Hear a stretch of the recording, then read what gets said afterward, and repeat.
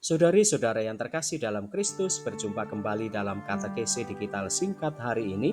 Hari ini kita akan membahas apakah penciuman salib itu berhala? Untuk lebih jelasnya, mari kita bahas bersama-sama. Saudari-saudara terkasih, pada perayaan Jumat Agung, Gereja Katolik mengadakan upacara penghormatan atau penciuman salib Kristus. Ada sejumlah orang yang mempertanyakan, bahkan mencurigainya sebagai berhala. Untuk itu, kita perlu memahami makna penciuman salib dan apakah pengertian berhala agar kita dapat membedakannya. Penciuman salib pada perayaan Jumat Agung bukan berhala, karena yang dihormati bukan salib itu, tetapi maknanya, yaitu Kristus yang tersalib, yang rela mengorbankan dirinya demi menebus dosa-dosa kita. Penghormatan kepada Kristus yang tersalib adalah sesuai dengan ajaran sabda Tuhan sebagaimana tertulis dalam surat Rasul Paulus. Aku telah memutuskan untuk tidak mengetahui apa-apa di antara kamu selain dari Yesus Kristus, yaitu Dia yang disalibkan. Itulah juga sebabnya mengapa salib di Gereja Katolik menyertakan tubuh atau korpus Kristus yang disebut sebagai krusifik, yang arti literalnya adalah seseorang yang disalibkan. Penghormatan terhadap krusifik ini disebut sebagai dulia relatif. Contoh penghormatan dulia relatif yaitu pada saat Musa diperintahkan oleh Tuhan untuk membuat patung ular dari tembaga yang dipasang di sebuah tiang agar barang siapa yang memandang patung itu akan tetap hidup walaupun telah dipagut ular.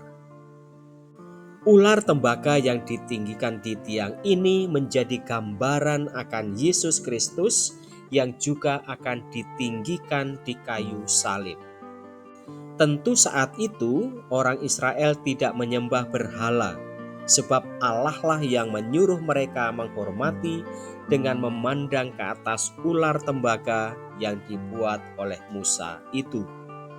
Selama masa Prapaskah, gereja mengajak seluruh umat untuk merenungkan peristiwa iman yang menjadi dasar seluruh iman Katolik, yaitu Allah Bapa yang mengutus putranya yang tunggal untuk datang ke dunia untuk menyelamatkan kita dari belenggu dosa.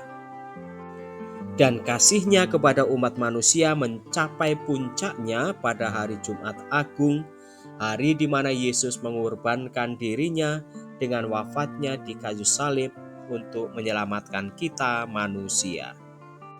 Dari pengorbanan di salib inilah, maka seluruh berkat dari Allah mengalir dan Roh Kudus juga tercurah kepada umatnya. Jadi, kita melihat bahwa tanpa peristiwa wafat Yesus di salib atau Jumat Agung, tidak akan ada kebangkitan Kristus atau Minggu Paskah. Untuk inilah salib menjadi tanda kemenangan dan kekuatan Allah. Penghormatan salib Kristus dalam liturgi Jumat Agung dimulai sekitar abad keempat di Yerusalem yang kemudian berkembang ke seluruh dunia sampai sekarang.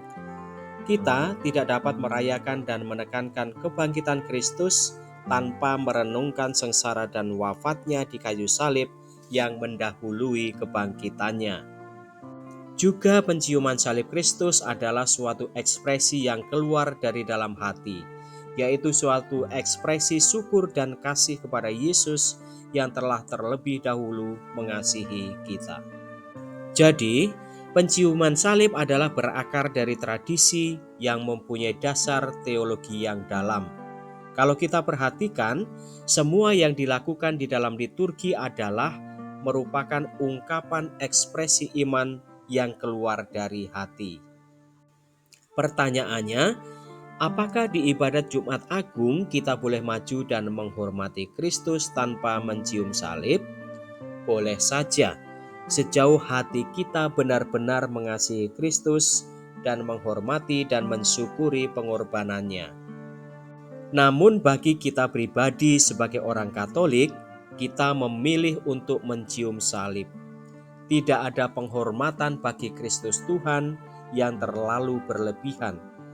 Semua penghormatan yang kita lakukan adalah selalu kurang dibandingkan apa yang seharusnya diterima oleh Yesus.